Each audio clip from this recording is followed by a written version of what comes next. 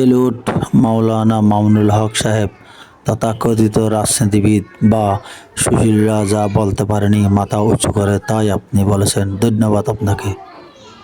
দেখুন ভালো করে ভিডিওটা। পশ্চিমা বিশ্বের কোন প্রতিনিধি যদি বাংলাদেশে কোন ঘৃণ্য নীল নকশা বাস্তবায়ন করার চেষ্টা করে রক্তের মাধ্যমে সে ফাটল কামড়াবো।